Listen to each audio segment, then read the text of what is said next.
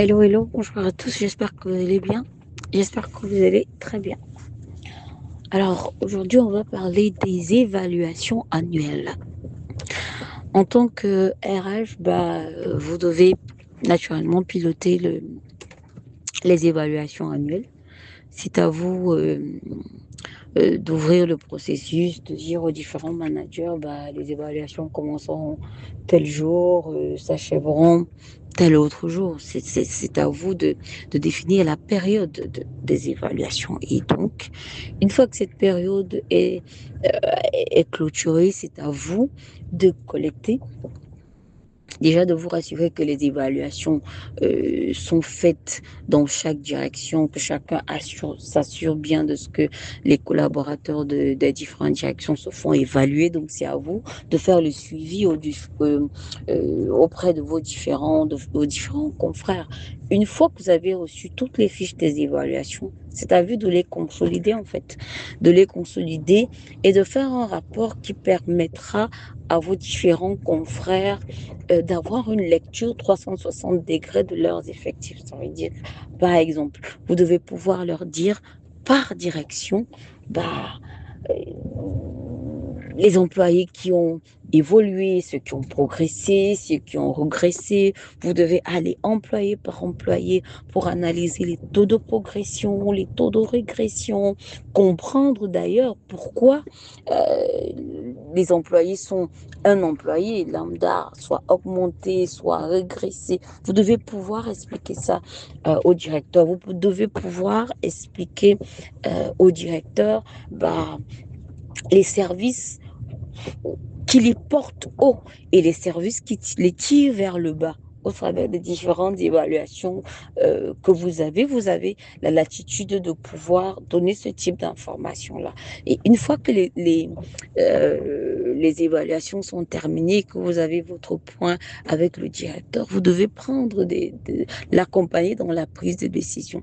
Est-ce que dans ses collaborateurs, il y en a qui doivent avoir, je sais pas, qui doivent être mis sous plan d'accompagnement? Est-ce que il y en a qui méritent plutôt des revalorisations salariales? Est-ce qu'il y en a qui méritent des lettres de félicitations? Est-ce qu'il y en a qui méritent des lettres de mise en garde? Est-ce qu'il y en a... Vous devez aller employé par employé. En fait, le moment des évaluations, c'est un moment important parce qu'il vous permet en fait de rentrer sur la carrière, sur la vie de chaque collaborateur. Parce que derrière une note, liées aux évaluations, il y a toute une carrière à suivre.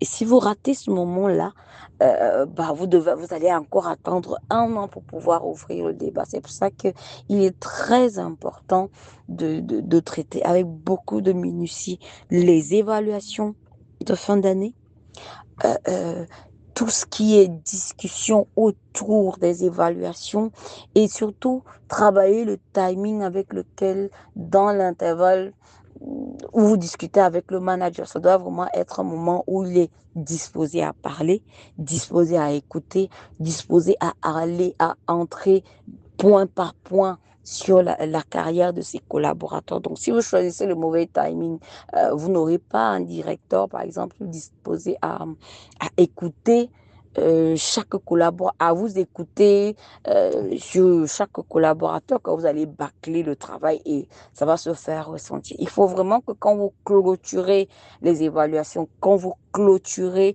l'analyse des évaluations, quand on regarde ce qui sort de cette analyse, on dit, voilà, des personnes quand même se sont assises, elles ont travaillé sur la carrière, sur les évaluations, sur les orientations à donner aux collaborateurs en fait. Et c'est aussi votre rôle pendant ces évaluations-là euh, de rassurer les managers ou alors d'interpeller les managers, à ce que ce ne soit pas des moments de rancune, des moments où on inflige voilà, des notes comme ça forfaitaires aux collaborateurs, des moments où voilà, on remplit juste des formulaires pour les remplir, mais ça doit rester des moments d'échange, des moments de partage, des moments d'écoute des managers et vous, en tant que RH, vous devez pouvoir décliner ça en action.